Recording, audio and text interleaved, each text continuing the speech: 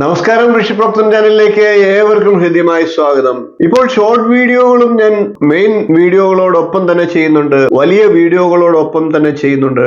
ചെറിയ ചെറിയ കാര്യങ്ങൾ ഷോർട്ട് വീഡിയോയിലൂടെ നമുക്ക് നിങ്ങളിലേക്ക് എത്തിക്കുക എന്നുള്ളതാണ് ഞാൻ അതുകൊണ്ട് ഉദ്ദേശിക്കുന്നത്. ഒരുപാട് വിഷയങ്ങൾ അത്തരത്തിൽ ഷോർട്ട് വീഡിയോയിലൂടെ അവതരിപ്പിച്ചു കഴിഞ്ഞു.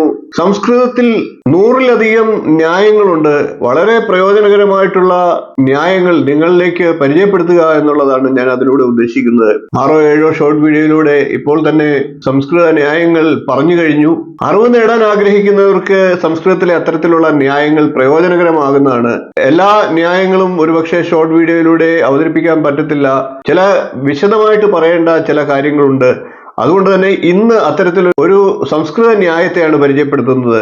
അതോടൊപ്പം ഒരു കഥയും കൂടി പറയാനുണ്ട്. വളരെ അറിവ് നൽകുന്ന ഒരു ന്യായത്തെയാണ് ഇന്ന് പരിചയപ്പെടുത്താൻ പോകുന്നത്. വീഡിയോയിലേക്ക് നമുക്ക് കടക്കാം. അതിനു മുമ്പ് ചാനൽ ഇതുവരെ സബ്സ്ക്രൈബ് ചെയ്യാത്തവരാണെങ്കിൽ ഒന്ന് സബ്സ്ക്രൈബ് ചെയ്യുക എന്ന് അഭ്യർത്ഥിക്കുകയാണ്. അതോടൊപ്പം തൊട്ടടുത്തുള്ള ബെൽ ബട്ടണിൽ മുകളിലുള്ള ഓൾ എന്ന ബട്ടൺ കൂടി ഒന്ന് സെലക്ട് ചെയ്യുക. അതുവഴി ഞാൻ തുടർന്ന് നൽകുന്ന വീഡിയോകൾ നിങ്ങൾ കാണുവാൻ സാധിക്കുന്നതാണ്. നമുക്ക് ഇന്നത്തെ സംസ്കൃത ന്യായത്തെ പരിചയപ്പെടാം. ഇന്ന് ഞാൻ പരിചയപ്പെടുത്തുന്നത് അരുന്ധതി ദർശന ന്യായം എന്ന സംസ്കൃതത്തിലെ ന്യായമാണ്. അരുന്ധതി ദർശന ന്യായം പരിചയപ്പെടുന്നതിന് മുമ്പ് നമുക്ക് അരുന്ധതിയുടെയും വസിഷ്ഠന്റെയും കഥ ഒന്ന് പരിചയപ്പെട്ടു നോക്കാം. അരുന്ധതിയും വസിഷ്ഠനും ആകാശങ്ങളിൽ 2 നക്ഷത്രങ്ങളായി തീർന്നു എന്നാണ് നമ്മളുടെ പുരാണങ്ങളിൽ പറയുന്നത്. കർദമ മുനിയുടെ മകളാണ് അരുന്ധതി. സപ്തർഷികളിൽ ഒരാളായിട്ടുള്ള വസിഷ്ഠന്റെ ഭാര്യയായി തീർന്ന അരുന്ധതി ദേവി പാതിവൃത്യ നിഷ്ഠയിൽ ഏറ്റവും പ്രസിദ്ധമായിട്ടുള്ള സ്ത്രീരത്നമാണ്. വസിഷ്ഠൻ ആകാശത്തിൽ നക്ഷത്രമായി പരിണമിച്ചപ്പോൾ വസിഷ്ഠനോട് ചേർന്ന് ചെറിയ നക്ഷത്രമായി അരുന്ധതിയും പരിണമിച്ചു എന്നാണ് നമ്മളുടെ പുരാണത്തിലെ പ്രതിപാദ്യം. പാതിവൃത്യ നിഷ്ഠയിൽ അതിപ്രശസ്തയാണ് അരുന്ധതി ദേവി.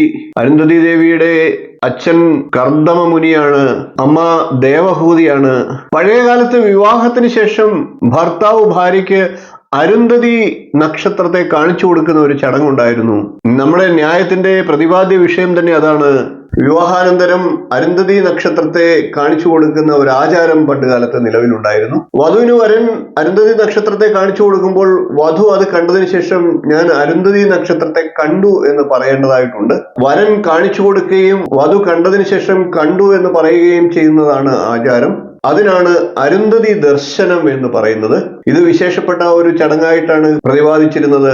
ഏറ്റവും വലിയ പതിവ്രത രത്നമായിട്ടുള്ള അരുന്ധതി ദേവിയെ നക്ഷത്ര രൂപത്തിൽ ദർശിക്കുക എന്നത് വധൂവരന്മാർക്ക് അവരുടെ ജീവിതത്തിൽ പുണ്യങ്ങൾ നിറയ്ക്കുന്നതിന് സഹായകരമാകുമെന്നാണ് അന്നത്തെ കാലത്തെ വിശ്വാസം. മരണമെടുത്തവർ ആകാശത്തിൽ അവരുടെ മരണത്തിന് 6 മാസം മുമ്പ് മുതൽ അരുന്ധതി ദേവിയെ എത്ര ദർശിച്ചാലും കാണാൻ സാധിക്കില്ല എന്നാണ് പുരാണങ്ങൾ പറയുന്നത്. ഇപ്രകാരം അരുന്ധതി ദർശനം നടത്തുന്ന വിധമാണ് ന്യായമായിട്ട് സംസ്കൃതത്തിൽ പ്രതിപാദിച്ചിരിക്കുന്നത്. വസിഷ്ഠൻ എന്ന നക്ഷത്രം വലിപ്പമുള്ളതാണ്. ആകാശത്തിൽ വളരെ ശ്രദ്ധിച്ചു നോക്കിയാൽ നമുക്ക് കാണാവുന്ന നക്ഷത്രമാണ് വസിഷ്ഠൻ. അതേസമയം അരുന്ധതി നക്ഷത്രം വളരെ ചെറിയൊരു നക്ഷത്രമാണ്. സൂക്ഷ്മ ദൃക്കുകൾ കൊണ്ട് കാണുവാൻ പ്രയാസമാണ്. അങ്ങനെയാണ് ഈ അരുന്ധതി ദർശന ന്യായം എന്നുള്ള ദർശനം, ആ ന്യായം ഉടലെടുത്തത്. എളുപ്പം ഗ്രഹിക്കാവുന്ന കാര്യങ്ങളിലൂടെ സൂക്ഷ്മ വസ്തുക്കളെ മനസ്സിലാക്കുന്ന രീതിക്കാണ് അരുന്ധതി ദർശന ന്യായം എന്ന് പറയുന്നത്. സ്ഥൂലത്തിൽ നിന്ന് സൂക്ഷ്മത്തിലേക്ക് കൊണ്ടുപോകുന്ന ഒരു രീതി എന്ന് നമുക്കതിനെ പറയാം. അതായത് അരുന്ധതി എന്ന നക്ഷത്രം വളരെ ചെറുതാണ്, ഒരു ചെറിയ ബിന്ദു പോലെയാണ് കാണപ്പെടുന്നത്. അതുകൊണ്ട് തന്നെ ആദ്യം നക്ഷത്ര സമൂഹത്തിൽ സപ്തർഷി മണ്ഡലത്തെ ആദ്യം ദർശിക്കാൻ ശ്രമിക്കുന്നു. സപ്തർഷി മണ്ഡലം ദർശിച്ചു കഴിഞ്ഞാൽ അവിടെ വസിഷ്ഠ നക്ഷത്രത്തെ നമുക്ക് ദർശിക്കാനായിട്ട് സാധിക്കും. വസിഷ്ഠ നക്ഷത്രത്തെ ദർശിച്ചു കഴിഞ്ഞാൽ അതിനോട് സമീപം നിൽക്കുന്ന ചെറിയ ബിന്ദു പോലെയുള്ള അരുന്ധതി നക്ഷത്രത്തെ അതിനോട് സമീപമായിട്ട് നമുക്ക് എളുപ്പം ദർശിക്കാനായിട്ട് സാധിക്കും. നേരിട്ട് അരുന്ധതി നക്ഷത്രത്തെ ദർശിക്കാൻ ശ്രമിച്ചാൽ ഒരുപക്ഷെ നമുക്ക് കാണാൻ സാധിക്കില്ല. അതുകൊണ്ട് തന്നെ ആദ്യം സപ്തർഷി നക്ഷത്രങ്ങളെ, മണ്ഡലത്തെ ദർശിച്ചതിന് ശേഷം അവിടെ നിന്ന് വസിഷ്ഠ നക്ഷത്രത്തെ കണ്ടെത്തി ആ വസിഷ്ഠ നക്ഷത്രത്തിന്റെ ചാരത്തായി സ്ഥിതി ചെയ്യുന്ന അരുന്ധതി നക്ഷത്രത്തെ ദർശിക്കുന്ന രീതി, സ്ഥൂലത്തിൽ നിന്ന് സൂക്ഷ്മത്തിലേക്ക് പോകുന്ന രീതി എന്ന് പറഞ്ഞു. ഇങ്ങനെയാണ് നമുക്ക് അരുന്ധതി നക്ഷത്രത്തെ ദർശിക്കാനായിട്ട് സാധിക്കുന്നത്. വലിയ ഉദാഹരണത്തിൽ നിന്ന് ചെറിയ കാര്യങ്ങളെ കണ്ടുപിടിക്കുന്ന രീതിക്കാണ്, അതായത് സ്ഥൂലത്തിൽ നിന്ന് സൂക്ഷ്മം മനസ്സിലാക്കുന്ന രീതിക്ക്, ന്യായത്തിനാണ് അരുന്ധതി ദർശന ന്യായം എന്ന് പറയുന്നത്. സാമാന്യ ദൃക്കുകൾക്ക് അരുന്ധതിയെ ദർശിക്കുക ശ്രമസാധ്യമല്ല. അതുകൊണ്ട് തന്നെ ഇപ്രകാരം ദർശിക്കുന്ന രീതിയെ അരുന്ധതി ദർശന ന്യായം എന്ന് പറയുന്നു. ഇത്തരത്തിൽ നിരവധിയായിട്ടുള്ള ന്യായങ്ങൾ സംസ്കൃതത്തിലുണ്ട്. അതൊക്കെ നമുക്ക് ഇതുപോലെ കഥകളുമായിട്ട് കൂട്ടിയിണക്കി ഒരുപാട് പഠിക്കാനും അറിയാനുമുള്ള കാര്യങ്ങളുണ്ട്. സംസ്കൃതം എന്ന് പറയുന്നത് വളരെ വിശാലമായിട്ടുള്ള ഒരു അറിവിന്റെ സാഗരമാണ്.